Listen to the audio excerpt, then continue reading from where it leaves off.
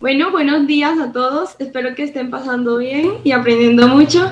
Estoy muy contenta de que sean parte de WITS 2020. Le damos la bienvenida a nuestra próxima speaker, ingeniera de sistemas, apasionada por los datos, le encanta los LL y actualmente se desempeña como líder técnica en ciencia de datos. Bienvenida, Melina. Gracias por ser parte del evento. El espacio es tuyo y te recuerdo que tienes 30 minutos que incluye el tiempo de preguntas. Perfecto. Muchísimas gracias, Rina. Bueno, eh, cuando puedan, ¿quién está compartiendo la PPT? Ay, Ahí va, perfecto. Bueno, eh, para empezar, la charla se llama El ciclo de vida de proyectos de Data Science, ¿sí? Expectativa versus realidad. Lo primero para arrancar vamos a decir bien y dejar por sentado qué es Data Science. Siguiente, Data Science es un campo, pueden pasarla, ahí está. Es un campo interdisciplinario, ¿verdad?, que involucra tanto análisis, inferencia de datos, el desarrollo de algoritmos y resolver problemas analíticamente complejos. Está bueno también mostrar la contracara, ¿no? Y decir que no es data science. Siguiente y siguiente.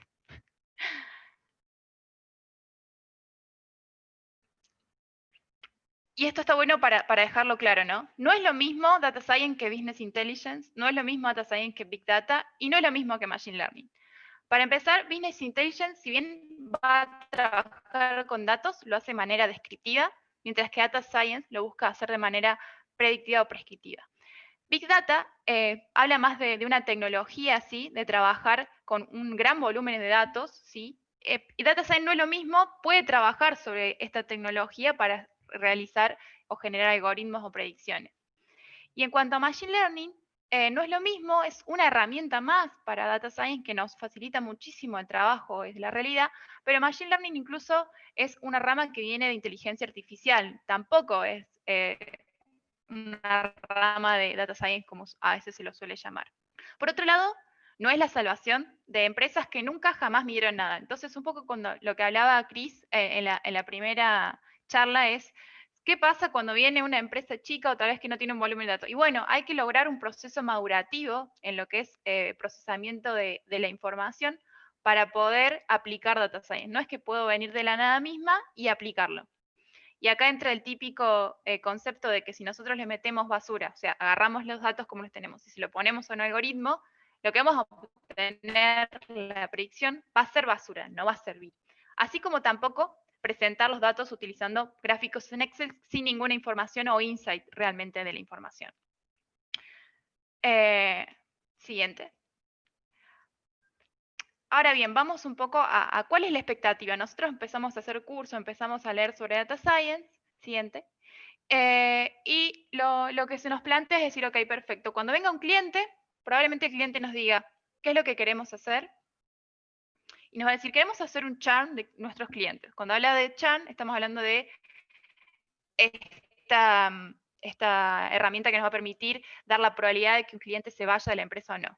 Nos dice que generan el dataset, ya lo tienen generado y ya lo tienen etiquetado, o sea, ya tengo los clientes que se han ido y los que siguen siendo mis clientes.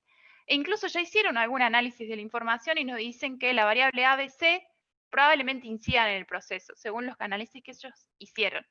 Y nos generan un diccionario de los datos. Entonces, tenemos todo. Entonces, ok, decimos, comencemos a trabajar. Siguiente. Y ahí decimos, ok, modelamos el 100% del tiempo, y ahí es otro punto del que habló Chris, siguiente, que no es por el 100% modelar, sino que vamos a hacer muchas otras actividades más, ¿sí? ¿Lo puedes pasar? Donde no Sí, solamente va a Melina, ser... dame un segundito que se me bloqueó acá. Pero dale, sigue que ya Dale, yo lo... sigo. Dale. Cuando llegues a realidad, ahí puedes parar. Cuando cuando en realidad no solamente tenemos el modelado, sino que tenemos la adquisición de los datos, vamos a tener la limpieza, vamos a tener el análisis, la obtención de features, luego vamos a entrar en modelos, vamos a seleccionar el mejor y para finalizar dando un informe de cuál va a ser el modelo que podemos utilizar. Entonces, Siguiente. En realidad, el porcentaje del tiempo lo vamos a dedicar, la mayor cantidad del tiempo se va a dedicar a limpieza y adquisición de datos. Así como decía Chris al principio de que la mayoría del tiempo estuvieron limpiando datos, es así, siempre es así, y apenas el 10% como mucho del tiempo se van a dedicar a modelar, ¿sí? A entrenar el algoritmo, ver qué algoritmo van a aplicar, porque la realidad es que el desafío siempre lo tenemos antes, en cómo vamos a organizar la información para dársela al modelo, qué es lo que queremos predecir, construir las features, esa es la clave del proceso de Data Science. Siguiente. Entonces nos topamos en la realidad que vamos al cliente y en realidad nos dicen queremos hacer esto y este es nuestro dataset y ya tenemos los datos etiquetados y bla, bla, bla. Sino que empiezan con esta pregunta de queremos optimizar este proceso. Y nosotros tenemos que empezar a bajar ese objetivo súper mega global, ¿no? ¿Qué es lo que quieren optimizar? ¿Sobre qué métrica vamos a trabajar? ¿Qué valor va a definir si nuestro modelo está bien o está mal? ¿Dónde están los datos? Porque podemos trabajar con datos que sean estructurados y estén en base de datos, como pueden ser Excel, que los cargan manualmente, como pueden ser información de una API. Entonces, ¿dónde están los datos? ¿Cómo los vamos a disponibilizar? Ok, ya está el target, o sea, ya está la clasificación, en caso de que sea una clasificación del target, o hay que empezar a juntarlo. ¿Qué tamaño, de qué volumen estamos hablando de datos a procesar? ¿Sobre qué plataforma vamos a trabajar? Y no menor, cuando ya vayamos a trabajar en empresas, probablemente no trabajemos el 100% en nuestra computadora, sino que tengamos que utilizar alguna tecnología cloud. ¿Cómo vamos a disponibilizar el modelo? Esto no es no menor. ¿Quién va a ser el stakeholder? ¿Cómo se va a consumir el modelo? ¿Va a ser de manera diaria? ¿Va a ser de manera mensual, semanal? Hay un montón de preguntas, siguiente, que empiezan a aparecer y que las tenemos que bajar a tierra para que el proyecto tenga un objetivo claro, ¿sí? Se tilda. Entonces, la siguiente. Entonces, tenemos un montón de preguntas. Lo que quiero darle a continuación, en la siguiente PPT, es, ok, ¿cuáles van a ser los caminos que nos van a llevar probablemente al fracaso? Y el primer punto es no saber comunicar los resultados, ¿sí? Así como en algún momento decíamos, Chris, me dejó todo picando Chris ahí, que si nosotros no comunicamos correctamente, qué insight encontramos, por qué sacamos ese insight, qué valor está dando el modelo, cómo se interpreta ese valor, probablemente llegue al fracaso porque no lo sepan usar, ¿sí? Y así como está el error de no saber comunicarlo, está el error de no pensar cómo va a ser consumido, ¿sí? Cómo vamos a utilizar ese modelo en nuestra empresa. Esto de lo que hablamos cuando lo relacionamos al deploy del modelo, a ponerlo en producción. Si no pensamos ese punto, muchas veces nuestro modelo es genial y queda en la nada, guardado en la cajita de recuerdos, porque no lo pudimos llevar a producción. No haber definido el stakeholder correctamente, ¿sí? Esto pasa que a veces vamos a realizar un proyecto de Data Science y estamos hablando con una persona, pero en realidad el stakeholder era el jefe de esa persona y los objetivos que nos estaba planteando una persona diferían de la otra. Entonces, es detectar correctamente quién va a ser el dueño de este proyecto.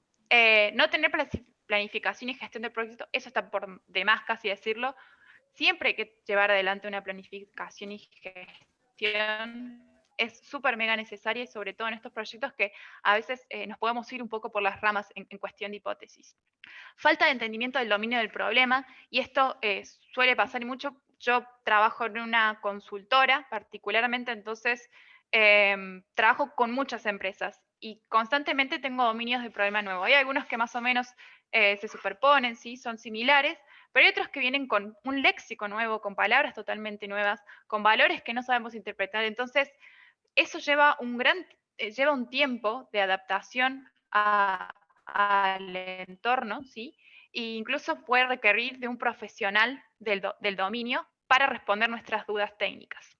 Y por último, y creo que es la más importante, la falta de compromiso de todos los participantes. Nos suele pasar de que estamos nosotros tal vez reentusiasmados en llevar adelante el proyecto, pero tal vez no tenemos el feedback constante que requieren estos proyectos del parte del cliente de si la hipótesis o el insight que sacamos está bien o está mal, es correcto o no es correcto, ¿sí?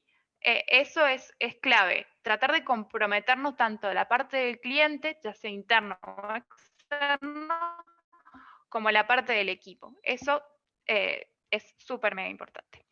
Entonces, siguiente, para dejar un poco en claro cuáles van a ser las etapas sobre las cuales deberíamos ir trabajando, son las 5 que veíamos anteriormente, ¿sí? Por un lado, tenemos el entendimiento del negocio, después tenemos la adquisición de los datos, luego tenemos lo que corresponde a la preparación de los datos, el modelado y el deployment. Si nosotros vemos estas 5 etapas, probablemente con las que más nos sentimos relacionados y con las cuales vimos en los cursos que hemos llevado adelante o estudiamos, la preparación del dato y el modelado lo tenemos bastante fresco, y las otras surgen cuando llegamos a la vida real y necesitamos poner en producción algo, ¿sí? Necesitamos operatizarlo, necesitamos entender el dominio, ¿sí? Para cada una de estas voy a explicarlo a partir de 3 puntos: el objetivo, el cómo vamos a llegar a ese objetivo y la salida que obtenemos de ese proceso. Ahora sí, la siguiente. En lo que es el entendimiento del negocio, lo que necesitamos es, por un lado, especificar cuáles van a ser las variables clave, ¿sí? E identificar los orígenes de datos. Para eso vamos a tener reuniones constantes con el cliente para bajar y tratar de generar preguntas precisas y que sean relevantes, específicas y sin ambigüedades. Importantes esas 3 palabras, ¿sí? Y así dejar el objetivo del proyecto bien claro. Es súper mega importante esa parte, ¿sí? Dejar en claro que vamos a trabajar sobre este objetivo o vamos a responder a esta y a esta pregunta. Vamos a trabajar sobre esta métrica, ¿sí? Porque hay que definir sobre qué métrica vamos a trabajar. Y para eso se utiliza generalmente la técnica esta de SMART, que es que la métrica sea específica, medible, que alguien la pueda tomar y que sea medible en el tiempo, ¿sí? Para esto también tenemos que ya dejar definido, ok, tenemos los datos para trabajar sobre este proyecto, y ahí definir y encontrar los datos sobre los cuales vamos a trabajar y definir el grupo de proyectos, ¿sí? ¿Quién va a ser el grupo? ¿Quién va a conformar este equipo de trabajo? ¿Y cuáles van a ser los roles y las responsabilidades de cada uno dentro de ellos? De esto vamos a tener el documento de proyecto como salida, que va a ser como un testamento, ¿sí? Donde va a dejar sobre todo sobre las variables, qué es lo que queremos conseguir, el listado de orígenes de datos. Téngase en cuenta que este ciclo, si bien lo voy a hablar y lo voy a explicar de manera secuencial, no se da así, sino que constantemente hay un vaivén entre las etapas. En la siguiente ya vamos a tener lo que es la adquisición de los datos, ¿sí? El objetivo en esa PPT va a ser, por un lado, definir la calidad de nuestros datos, y por otro lado, ya configurar la arquitectura del pipeline de los datos, ¿sí? Ya tenemos, perfecto, tenemos el objetivo, tenemos con qué más o menos datos tenemos que trabajar, hay que obtener esos datos y dejarlos disponibles donde vamos a trabajar nosotros como la plataforma, ¿sí? Ya sea nuestra PC o alguna plataforma cloud. Configurar el pipeline de datos hace referencia a, ok, ¿cuál va a ser ese caminito que van a recorrer los datos del origen al fin para yo utilizarlos y poder actualizarlos de manera secuencial, ¿sí? A medida que lo necesite? Ya que una vez que tengo configurado eso, paso a lo que es la exploración en sí de los datos para determinar la calidad. Y ahí lo que vamos a ver probablemente es, ok, cuáles son los valores nulos, qué porcentaje tenemos, cómo es la distribución de nuestras variables, y ahí sale algún reporte de calidad de los datos. Y por otro lado, también ya dejamos la definición de la arquitectura, ¿sí? Este es el pipeline, se va a mover los datos de acá a acá y se va a refrescar de manera semanal. Esto ya nos da el entendimiento para la siguiente etapa, que es la preparación de los datos. Ahí no se ven bien porque faltan transiciones y no se ven, pero bueno, no importa, están tapadas al revés. La siguiente corresponde a lo que es la preparación de los datos, y acá ya voy a hacer un análisis de los datos, ¿sí? Y así como también la construcción de las features. ¿Y acá qué va a hacer? Bueno, voy a hacer cómo voy a manejar los datos faltantes, cómo voy a corregir los valores no válidos o atípicos, eliminar duplicados, estructurar los datos para introducirlos en un algoritmo, porque acá tenemos que, sabemos, por ejemplo, ya de si tenemos variables categóricas o strings, ¿sí? Variables que son escritas, necesitamos transformarlas a números, a matrices, para que el algoritmo la pueda entender. Y también todo lo que corresponde a feature engineering, ¿no? A crear nuevas features, aquellas features que van a ser relevantes para el entrenamiento. Y acá voy a tener, por un lado, el reporte del análisis, que seguramente van a ser una sucesión de análisis, porque generalmente acá vamos a plantear hipótesis y resolvemos, hipótesis y el resultado, hipótesis y resultado. Entonces van a ser muchos reportes de análisis y el set de features ya al final con las cuales voy a entrenar. Y un checkpoint de decisiones, ¿sí? Para decir, bueno, perfecto, el manejo de datos faltantes lo hice con esta técnica por A, B, C, D. Justificar por qué hice esa corrección, que quede sentado. Con esto ya pasamos a la etapa de modelado, que es la siguiente PPT, ¿sí? Donde ya el objetivo, como bien lo dice la etapa, es obtener nuestro modelo. Y acá viene lo típico que nosotros hacemos de, bueno, vamos a seleccionar algoritmos que creemos que se adecuan a nuestro problema, vamos a generar el dataset de train y de test, ¿sí? Entrenamos el modelo con train, testeamos el modelo con test, y luego seleccionamos la mejor solución. Pero no es solamente seleccionar la mejor solución, sino que ver si esa mejor solución es adecuada para ponerla en producción. Tal vez nosotros teníamos como objetivo que nuestra métrica de éxito superara el 85% y la métrica en realidad quedó por el 75%. Entonces no está todavía a punto para ponerlo en producción. Voy a tener que hacer un retrabajo de la información ahí para lograr una mejora del modelo. En la siguiente, ya, ok, tenemos nuestro modelo, superó el 85% que nos pedía la métrica, y ahora viene la parte que tal vez estamos un poco más deficientes como data scientists, que a mí me pasó, que es el deploy del modelo. Perfecto, tengo el modelo, anda bien, performa bien. ¿Qué hago ahora? ¿Lo dejo ahí guardado? No. Viene la etapa de deploy del modelo, donde vamos a tener que definir cómo se va a desplegar, cómo se va a consumir, si va a ser a través de una API, si va a ser un proceso que se programa y se ejecuta constantemente a un cierto horario, si se guarda en un Excel, si se guarda en una base de datos, si se guarda en la nube, ¿sí?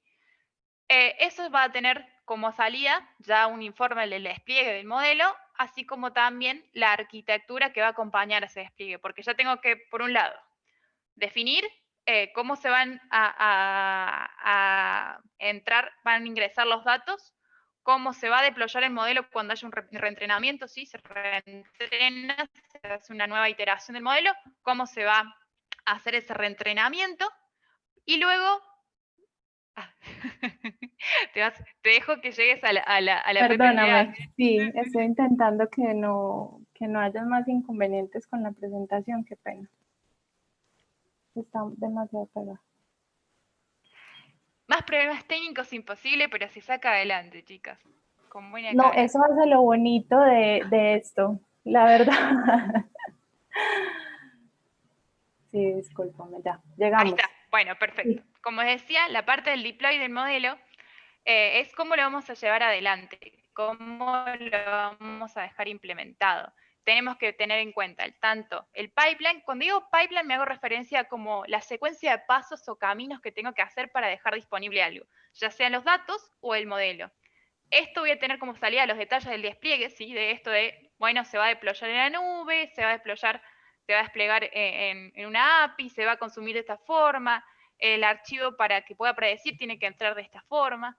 Y eso acompañado por el documento de la arquitectura, que es un poco ya más a manera global, ¿no? En cómo se conectan todas las piezas de mi proyecto, tanto los datos de entrada como la predicción del algoritmo y dónde se guarda esa información.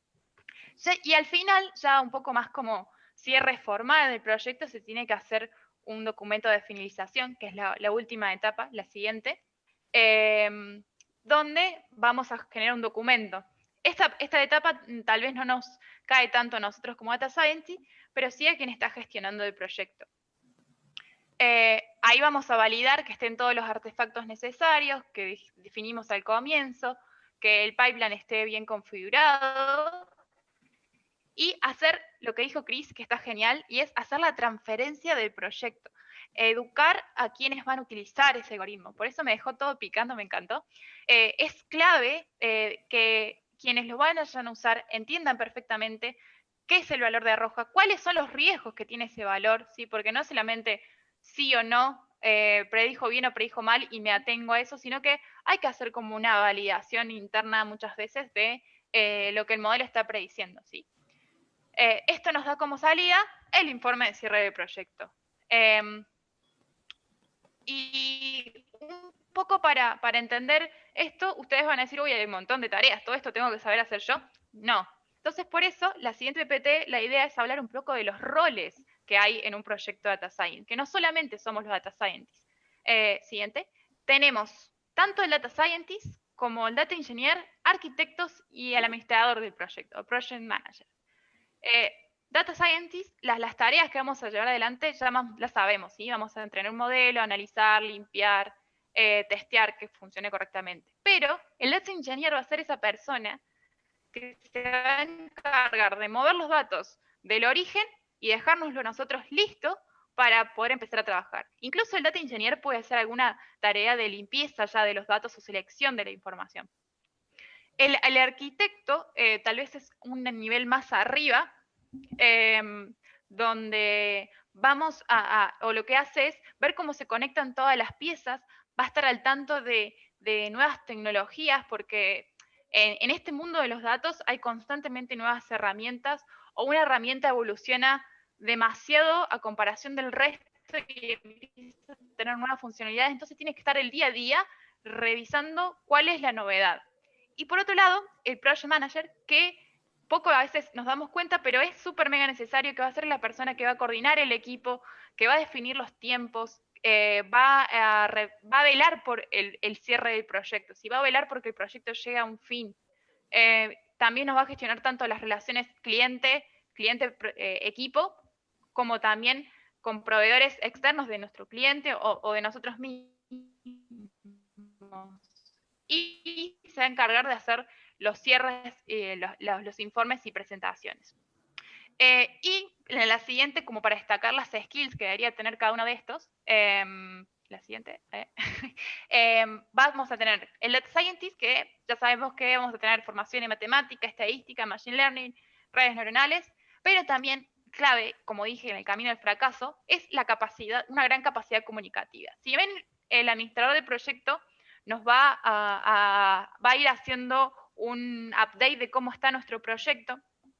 Es imprescindible que el Data Scientist comunique qué insights sacó, por qué sacó esos insights, si están bien, si están mal, y comunicarlos de manera adecuada para que lo entienda el gerente o un profesional técnico es súper destacable. El Data Engineer va a tener más experiencia, es como nuestro backend, yo le suelo decir. Va a ser la persona que tiene una experiencia en lenguaje de programación y en muchas tecnologías de datos.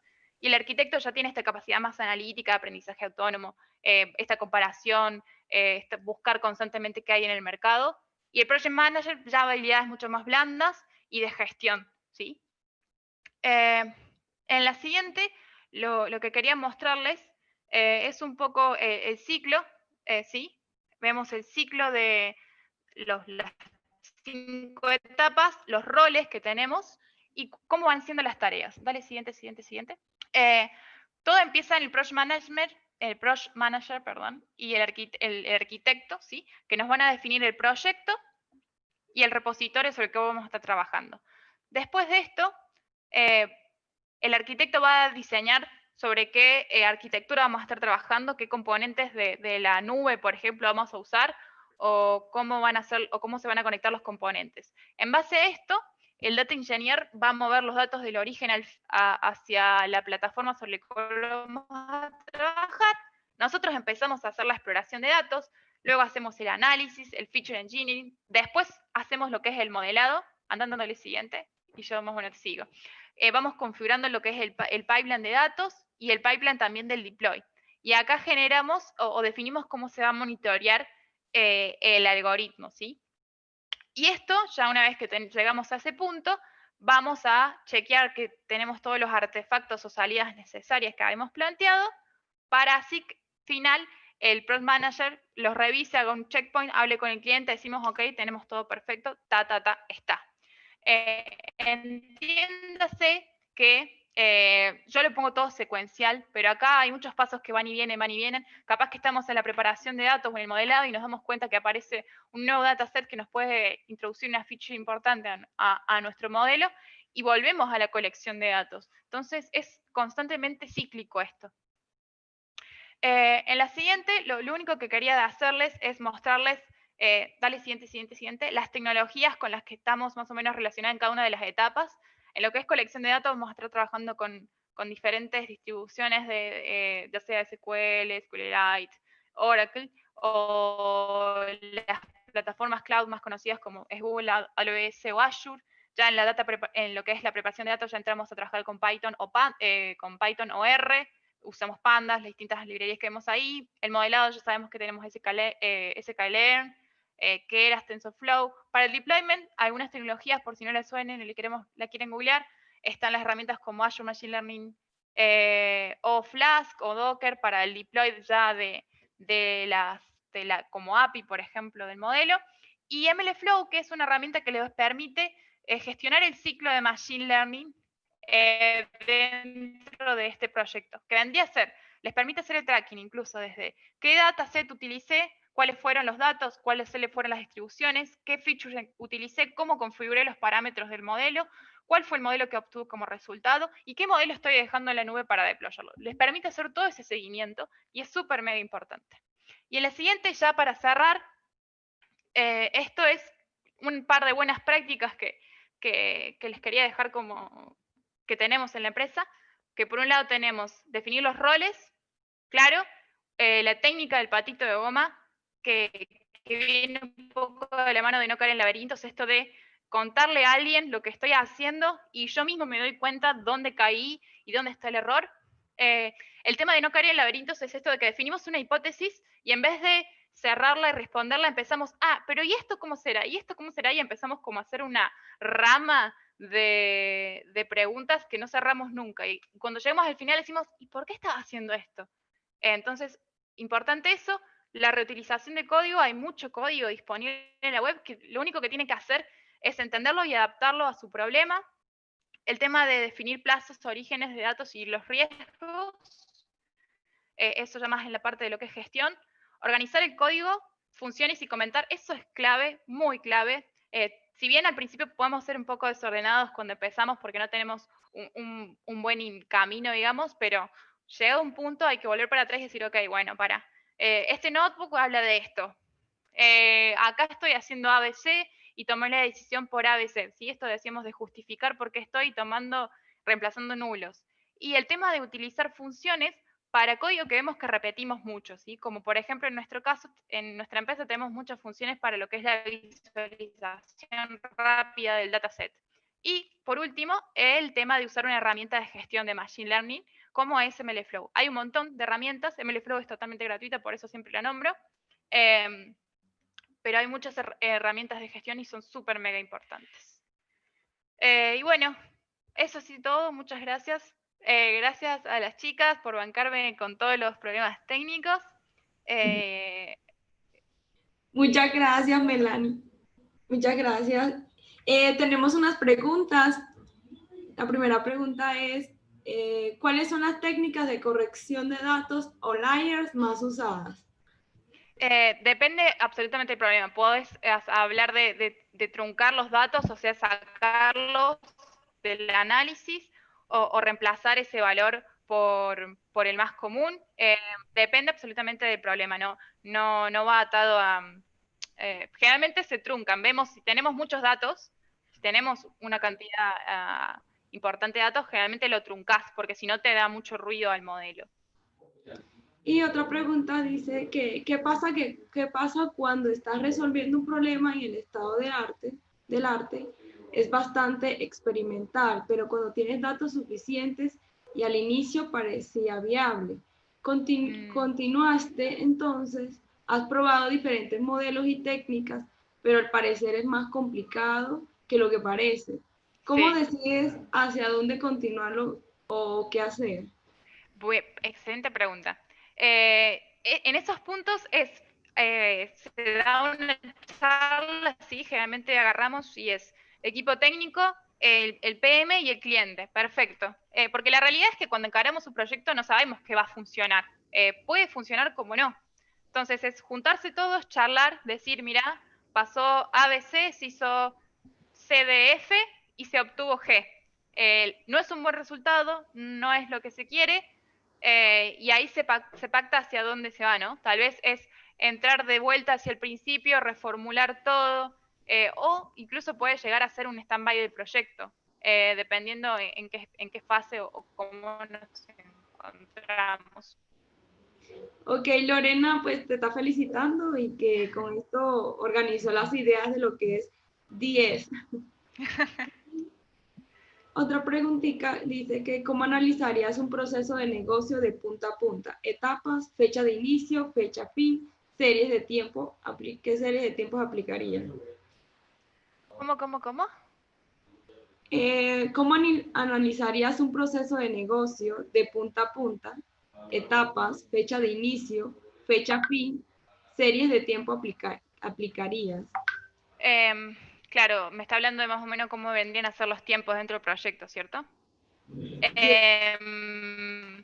Nosotros lo que hacemos generalmente es una primera fase que le llamamos como un estudio de factibilidad, donde llevamos adelante las primeras etapas, ¿sí? O una etapa muy rápida, una fase puramente de base, ¿sí? Como una línea base de tenemos los datos, hacemos un pequeño análisis y un modelo para ver más o menos cómo performa. Eso tal vez te puede llevar 2 meses, ¿sí? Simplemente hacer eso como línea base. Todo depende de la cantidad de datos con la que estamos trabajando, porque muchas veces cada vez tenemos datasets nuevos, y es difícil siempre ponerle una fecha fin particular. De acá a 2 meses te lo voy a tener, porque surgen muchísimos inconvenientes y acá viene el tema del compromiso. Tal vez necesitas constantemente reuniones con el cliente para validar cosas y no las tenés y se te empiezan a extender los plazos. Pero por eso es importante dejar claro los riesgos que tenemos y las pautas, ¿sí? Se hizo A, se hizo B, no se tuvo la charla con el cliente, nos atrasamos 15 días por eso, tener un registro de todos esos atrasos. No sé si iba por ahí la pregunta. Bueno, esta es la última pregunta. Son muchas, pero por el tiempo ya no nos da tanto. Acá hay una que, según tu experiencia, ¿por dónde podemos empezar por este mundo? Siempre hay muchos muy buenos cursos en la red. La verdad que yo incluso empecé con un libro de R, porque R lo hacía bastante aplicado, te daba la explicación y el código. Después me pasé a Python y lo entendí bastante bien. Pero hay muchos buenos cursos, hay libros que te explican de punta a punta, eso también está genial. Pero yo me acuerdo de Coursera. La verdad que los cursos web nos da un primer pantallazo para empezar. Después es pura práctica. Ahí sí, la experiencia se gana con pura práctica, no hay con qué darle. Bueno, Melina, muchísimas gracias. Tienes muchas felicitaciones acá en el chat. Gracias. Y nos vemos en un próximo evento. Gracias. Muchas gracias a todos.